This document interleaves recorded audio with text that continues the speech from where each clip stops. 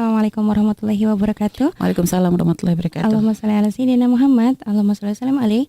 Umi, saya lagi banyak keputihan. Nah, bagaimana cara bersuci dari hadas kecil untuk wanita di saat sedang berpuasa? Soalnya takut masuk ke lubang. Baik ya, keputihan lalu bersuci biasa aja. Kalau memang keputihan, kalau memang misalnya hukumnya Anda keputihannya terus menerus, berarti nanti hukumnya jatuh seperti hukum istihadah. Hanya caranya disucikan. Dan kalau untuk selagi di bulan Ramadan, walaupun istihadah tetap nggak boleh dimasuki kapas, nggak boleh ditutup dengan kapas. Kalau di luar, kalau malamnya boleh Anda misalnya ditutup dengan kapas, karena memang istihadahnya terus menerus. Anda ambil wudhu adalah di waktunya, kan ada aturannya ya. Jadi untuk orang istihadah itu ada aturannya. Pertama adalah wudhunya untuk satu sholat gitu ya, istihadah, atau mungkin ya tadi termasuk keputihan terus menerus ya, itu bisa dihukum istihadah, atau salisil baul, beser. Nah itu juga bisa nanti hukum seperti itu. Maka wudhunya istihadah itu wudhunya adalah setelah masuk waktu sholat ya. Setelah itu satu wudhu untuk satu sholat fardu. Satu wudhu untuk satu sholat fardu. Dan juga nanti setelah wudhu hendaknya dia bersegera untuk melakukan ibadah. Jadi bersegera untuk melakukan sholatnya, jangan menunda-nunda kecuali untuk hal yang masih berkaitan dengan sholat, misalnya menunggu jamaah atau ya itu, jadi seperti itu maka diperkenankan. Nah ini yang terus setelah itu mualat ya, mualat dalam berwudu. Mualat itu artinya berturut-turut. Sebenarnya mualat dalam berwudu itu dalam madhab kita hukumnya sunnah. Mualat itu ibaratnya sebelum kering anggota pertama sudah membasuh anggota yang kedua. Dalam madhab kita hukumnya sunnah, tapi bagi orang istihadah hukumnya wajib. Ya karena tadi supaya dia bersegera menyelesaikan. Karena untuk orang istihadah itu kan harus agak gerak cepat.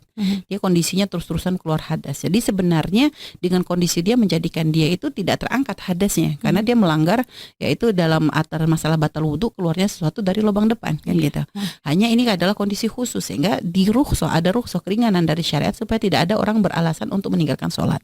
Nah makanya tetap diperkenankan sholat tapi dikasih aturan-aturan. Nah terus bagi Anda yang kalau keputihannya misalnya bisa berhenti, ya sudah Anda nggak usah pusing, bersihkan saja. Dan cara membersihkannya jangan sampai jari Anda masuk kalau di bulan Ramadan. Jangan sampai dikorek-korek, mohon maaf ya. Jadi paling enggak ya permukaannya saja sampai bersih, sampai bersih. Nah ini. Dan ini juga mungkin yang memang harus kita ingatkan juga kepada para wanita sekarang ini gitu ya. Kalau dulu tuh kan kita kalau bersihin daerah tersebut pakai gayung ya. Pakai gayung itu beda dengan pakai semprotan. Kalau semprotan itu biasanya ada ya memang semprotan yang memang tekanannya nggak terlalu kuat dari airnya. Ada yang kadang kuat banget. Nah bagi yang kuat ini Anda harus hati-hati. Mohon maaf terutama bagi yang sudah melahirkan, menikah dan melahirkan. Mohon maaf biasanya kalau dalam posisi jongkok atau apa, mohon maaf daerah tersebut kan terbuka. Nah kalau nanti ada tekanan kuat dari semprotan airnya itu mohon maaf bisa saja menjadikan masuk ke lubang bagian depan. Sehingga makanya kalau begitu cara membersihkan jangan langsung diarahkan kepada bagian mohon maaf lubang depannya. Jadi mungkin diarahkan ke tangannya. Jadi supaya nanti kena ketahan tangan, jadi nanti tangan yang meratakan begitu. Jadi tidak langsung ke lubang.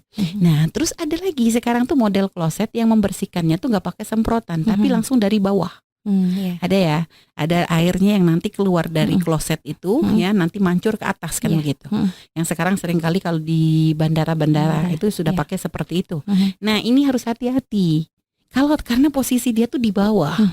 Nah kalau nggak kita tahan dengan tangan ya, ini pasti masuk ke lubang loh ya. Nggak bisa enggak. Apakah lubang depan atau lubang belakang itu biasanya dia kedorong masuk. Nah ini yang makanya harus hati-hati. Sehingga maka terus gimana solusinya? Jadi ketika air itu dialirkan, tahan pakai tangan. Jadi tangan Anda yang meratakan. Apakah lubang depan ataukah ke lubang belakang. Karena walaupun memang air kalau ketika dimasuk ini akan membatalkan puasa. Jadi begitu. Jadi ini yang harus diperhatikan dengan kondisi sekarang kan memang seperti itu gitu loh. Jadi memang harus lebih hati-hati.